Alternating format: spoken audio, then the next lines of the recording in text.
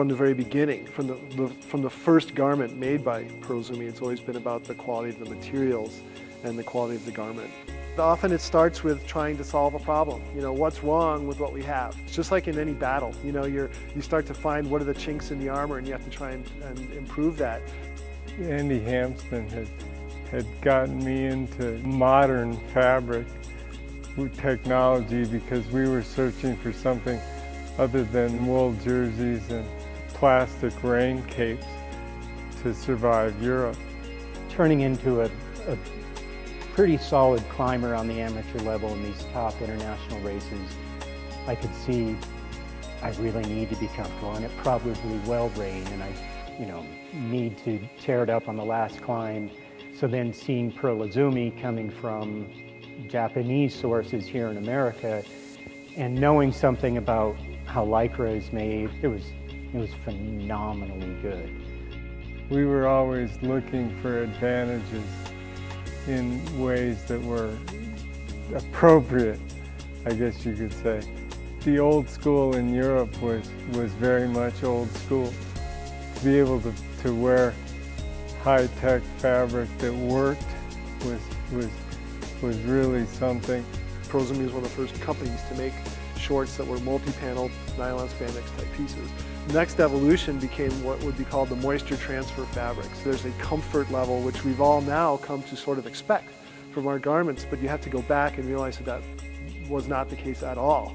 You know, in the older, before these fabrics came out, people were racing in maybe wool or maybe nylon spandex.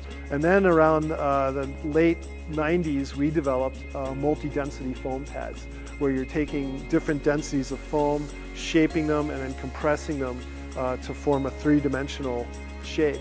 And that is what essentially all chamois are today. And that was another aspect that was started at Pearl Izumi.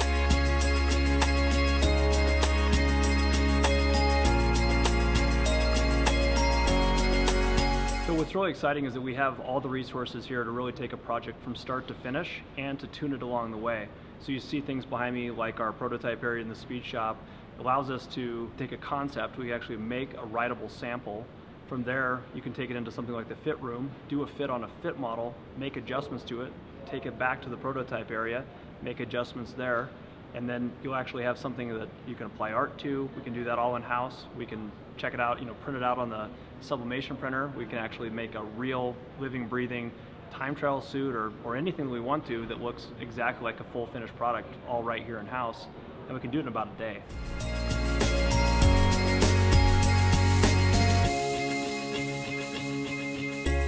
So the speed shop is, in one way, it's a concept with a group of people working towards advanced development, and another way, it's a physical group of people here in the building who actually make product for our pro riders or for our wear testers to go out and apply into their daily lives. The product management team here works on very strict and rigid calendars for getting product commercial to go to market. If you try and put those same parameters on the work that the speed shop does, you often will get disappointed. And they're working so far out that what they will essentially do is develop a concept, present it to the R&D team here, and then we will look at the appropriate time to adapt it into the product line. So they may be working on things that we won't see for 3 or 4 years. Well, I think the guys that really founded the US Pearl Izumi company, they realized how big of an advantage great clothing is and how much it really can affect your ride, how much it can improve their performance. And so, in the early days with those wonderful Japanese fabrics and the different innovations that were brought to the table, it really dramatically improved people's performance and their rides.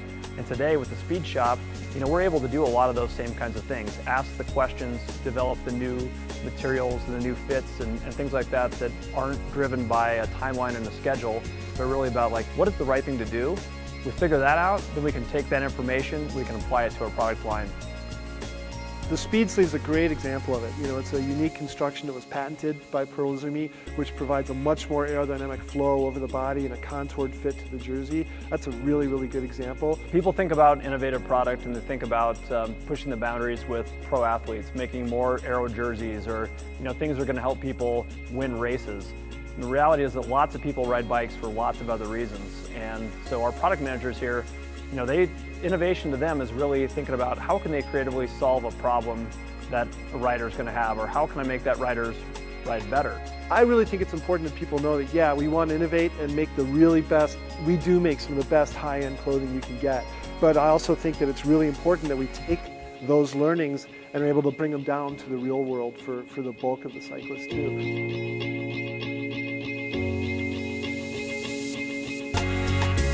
Developing a culture of creating meaningful products for our end consumers is something that has to be within all of us. Riders expect a lot more from their apparel now, and so when we look at designing a new piece, we have to ask a lot of questions throughout the process, and we need to approach it from a lot of different angles to make sure we got this super refined product that's really going to make a difference and make someone feel better.